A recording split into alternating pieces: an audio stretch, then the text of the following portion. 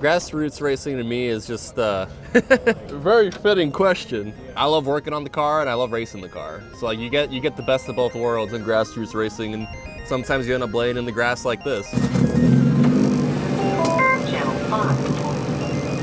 terms of like just something that uses up all your energy and your emotions, you have the highest of highs and the lowest of lows. Just racing kind of brings that out.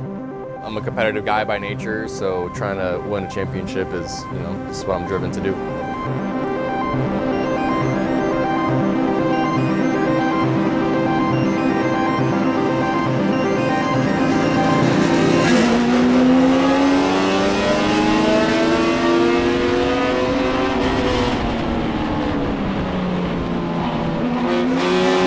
And we're underway. GRIDLIFE Touring Cup is green at Gingerman Raceway. Down towards turn one, Matan Rosenberg and Luke McGrew side by side, Greg. They had a look at Kutil, dive down the inside.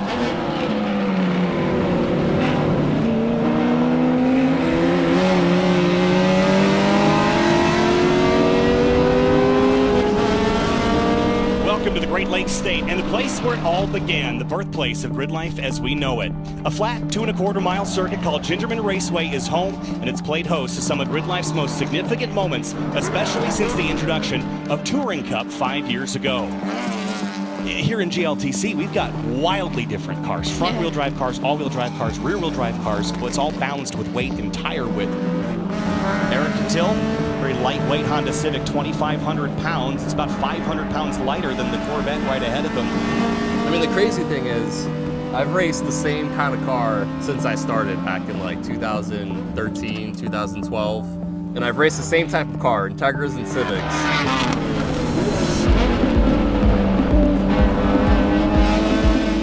Half of my passion is building the car, and then the other half is actually racing it.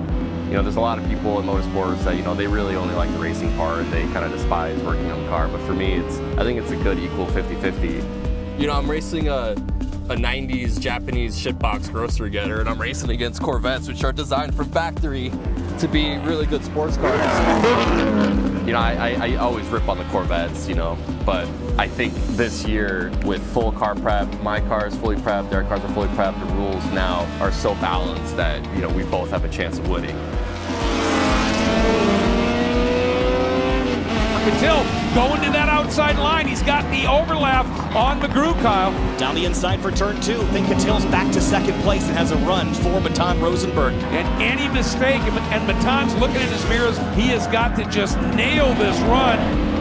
Matan, 19 years old, out of Ohio, has been a phenom in this series. It's his third season transitioned to this C5 Corvette platform, but he has built a weapon.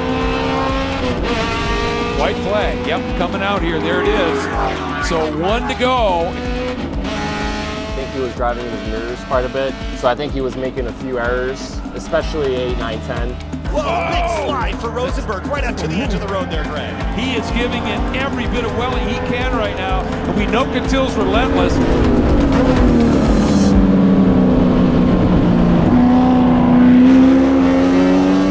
I was pressuring him, and he kept his head under control, but he actually did drive a really good race. Coming back to the checkers, Matan Rosenberg wins at Gingerman Raceway. Drops a tire in the grass. Ooh. So a loss for Kutil this time. I love the Corvettes. I just like giving them shit. It's more or less like a personal vendetta against them. You just gotta beat the vets. You wouldn't have moved my car. Sorry, I didn't see what I was gonna say. He wouldn't have moved my car. The first lap, you were like, I was like, oh my god. Matan decided to dirt drop at the finish, and I was like, hey, I'll follow him. And then I was like, wait a second, that's exactly where my filter's located. That's grassroots again, baby. Oh boy. Spending an extra hour perfecting the setup is basically going to get me a little bit further up into the field. Even if it's just like a 10th or 2, and that's the difference between winning a race or finishing top 5 or top 10, especially in this series. My main goal coming into every weekend is to focus on the CC Championship, and it's getting the victories, getting the podiums. You want to stack as many wins. We got some food, so I might take a little break.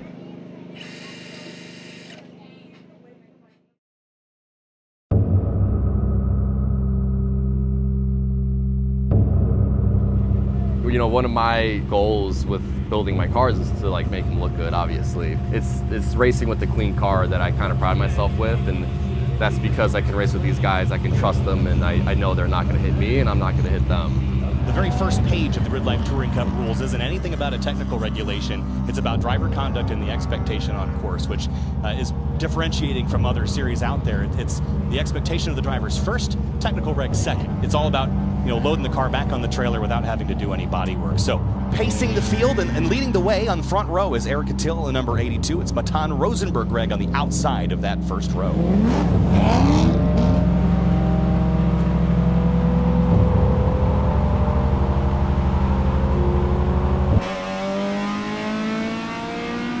Green flag flies, and we're underway at Gingerman Raceway. Kutil and Rosenberg side by side down towards turn 1.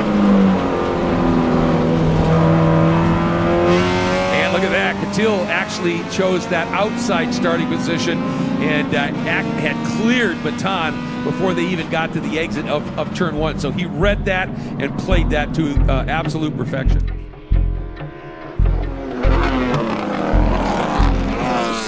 I think leading a race is probably one of the hardest things to do.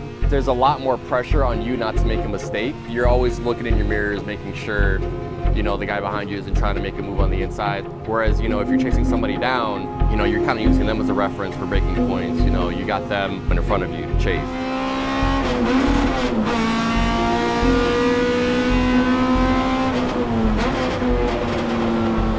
And for the lead, look at this, nose to tail, Kutil and Rosenberg battling for the top spot.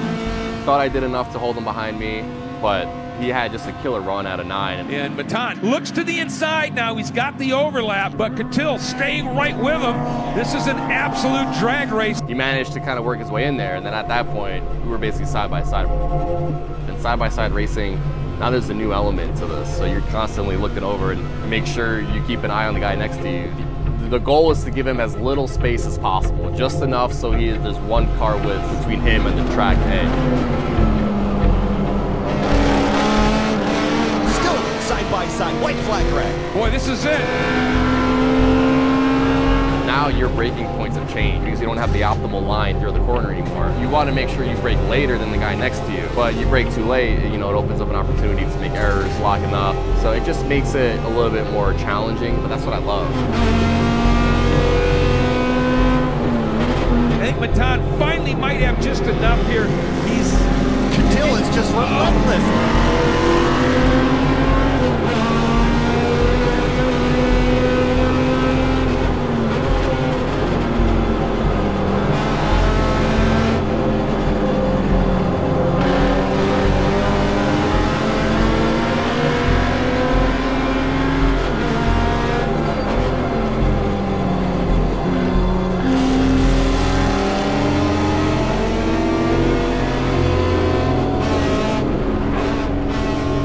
Trying to set him up for a pass. I don't think he's going to get there. Checkered flag, and 2 for 2. Rosenberg picks one up over Kutil, steals it on the final lap of the race. Then it's McGrew, Houghton, Waldbaum, your top 5.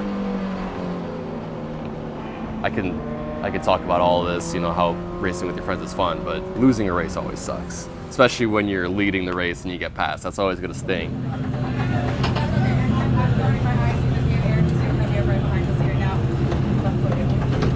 I got you. When I think back to good racing, you know, that's really what sticks in my head is, you know, the good battles I've had with friends, and like all these guys are friends. I could have closed the door and have been 3, but I didn't know if I was clear. And then you probably pushed them, right? Yeah. I pushed you right. See, that's why it's always me versus damn Corvettes. Am I going to try to win the next race? Absolutely. That's always my goal, is to win the races, but I'd rather finish second and have a good battle for the lead than finish first by 10 or 15 seconds. It's been a great battle in GLTC all weekend long. Upcoming in a few minutes, we've got our GridLife Touring Cup Top 10 Shootout, where we take the Race 2 results and we take the top 10 drivers and give them 1 lap to improve their starting position for race number 3 coming up. Each car in the top 10 gets 1 flying lap around the track by themselves. But as a driver, it's pretty intense, wherein you only get 1 lap to run a flyer, and that's what sets the grid for race 3.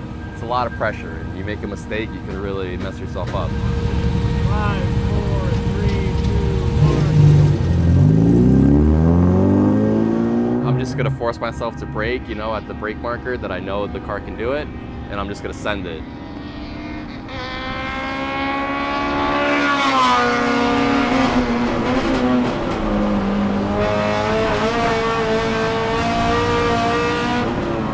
Eric Kutil, one of the longest running competitors here in GRIDLIFE Touring Cup, actually won the first ever race. But Eric's story goes back, all the way back to the very beginning. Ran his Civic hatchback, his 1992 Civic SI hatch.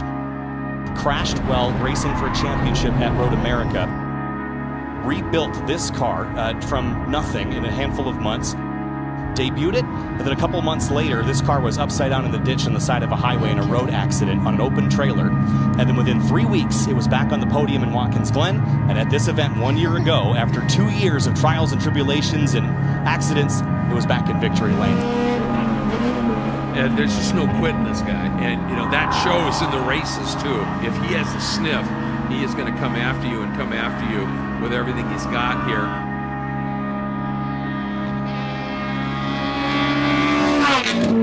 Top of the board, 140.122 for Eric Kutil. That's provisional pole. In our first GLTC race, the margin of victory was 0.4 of a second. In the second one, the margin of victory was just over 0.2. Same two guys going for it. Now it's time to deal and dig and get ready to go. Here we go. GRIDLIFE Touring Cup race number 3 through that first corner. Civic on the inside, and Kutil is through. Yep, he's just got enough of an edge, and look at Matan trying to get down to the inside. The amount of development on this car, just for me personally, has been immense. All the effort I put into it this offseason, just trying to find the last 5%. When you find that time on the track, it makes it all much more worth it. And then it's even better when you get those wins. So that's what I'm chasing. I'm chasing that high of getting those wins.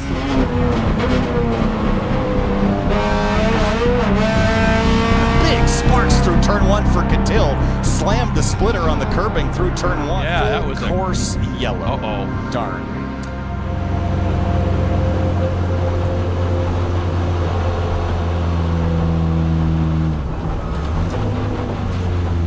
Kerry James, Joel Morrison off at 11, and they're buried in that sand trap. Yeah. And that is not good news for us.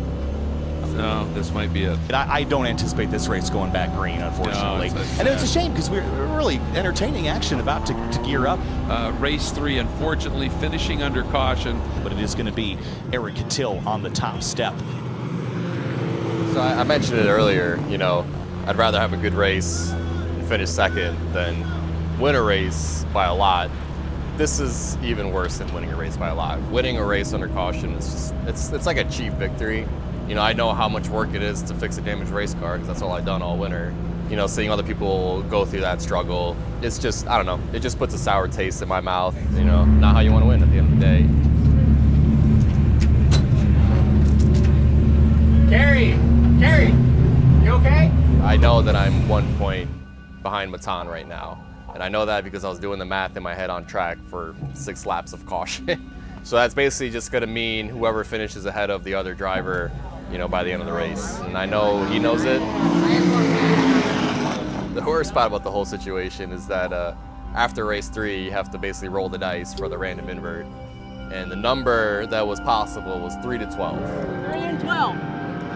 And of course, what did I roll? Damn 12. Shit, It's literally 12. 12, god damn it. Well, I just set grid for race 4 and I'm starting 12. Great.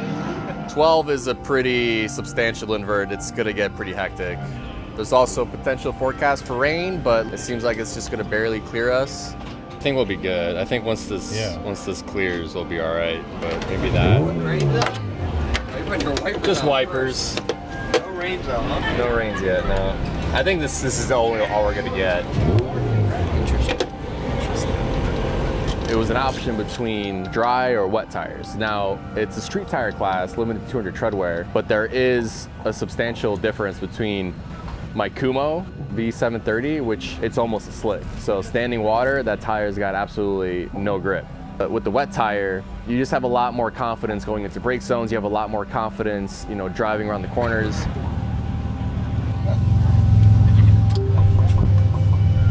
Fill, thicken, dry. It's gonna like drizzle for like a lap or two, and then it's gonna dry up real fast. Just enough to fog up the with windshield. 50 cars on the track. All the Corvettes are wet. Shouldn't like they're all wets. Vets are all on wets. Vets are all on wet. So those conditions, I think, were borderline when I was on grid, and I felt pretty confident in my decision. And then as soon as the race started, it just started coming down even harder, and I was like, oh man, that's it. You know, this is gonna be a tough one.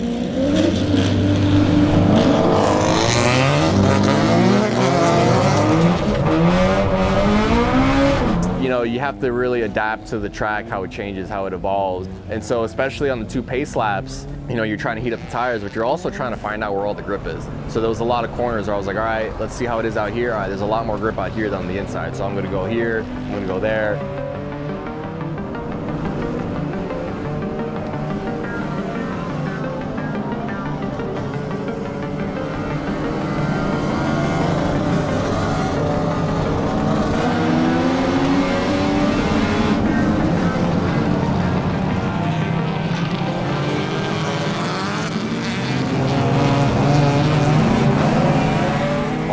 Do was get past Matan.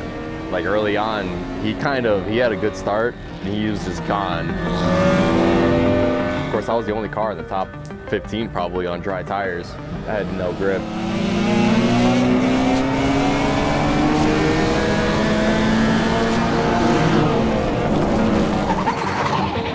It's kind of demoralizing, especially when all the competitors around you are on the right tire. You know you've made the wrong decision, so you're already starting off on the back foot.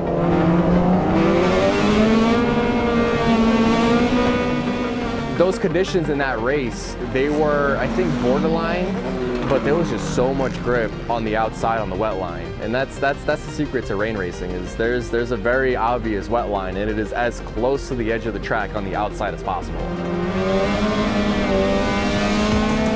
You basically have to drive wherever the dry line isn't.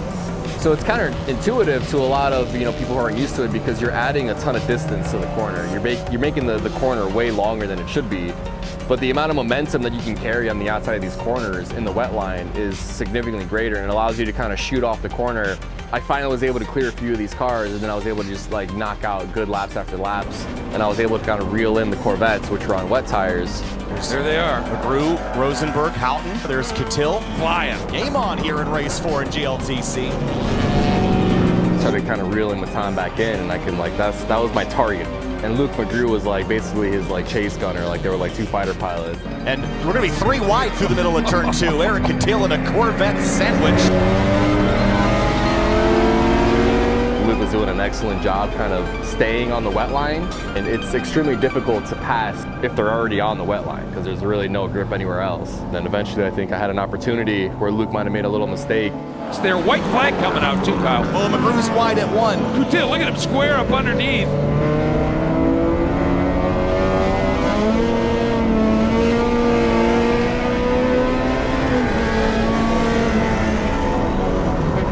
He has been able to clear now. McGrew. It's not over till it's over, Greg, because any moment you can make a mistake that throws the whole race away. So I knew once I got Luke, all I had to do was get past Matan. So I was just watching him.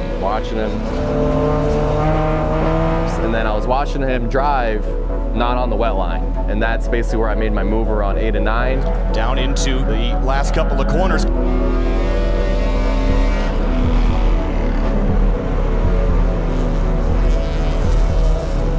Kutil drives around the outside of Rosenberg, riding the rim of corner 10B. That was an exceptional pass.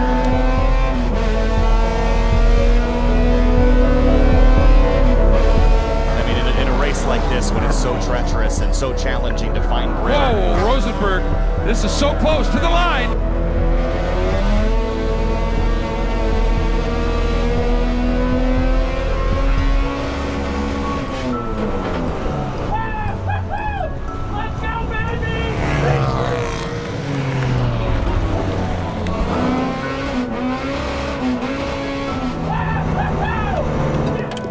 This is what I live for, really. Doing all this grassroots racing is like events like this where you're just pushing yourself to the absolute limit. Trying to caution free. You know, that's the worst conditions, but I needed the worst conditions to make my way up to the field. So, man, what a good weekend. I'm pumped. Hopefully it's first overall. Good job, man. That was awesome. I debated coming the outside of 10, but I didn't want to chop your nose. But I probably would have had you on there. Okay, yeah, sure, that's that. Considering where I came from last year, where, you know, just getting a top 5 was an achievement. You know, all the changes that I've done to this car in the garage, worth it. Because now we're back up front, we're winning races, we're getting podiums, and coming home with awesome hardware.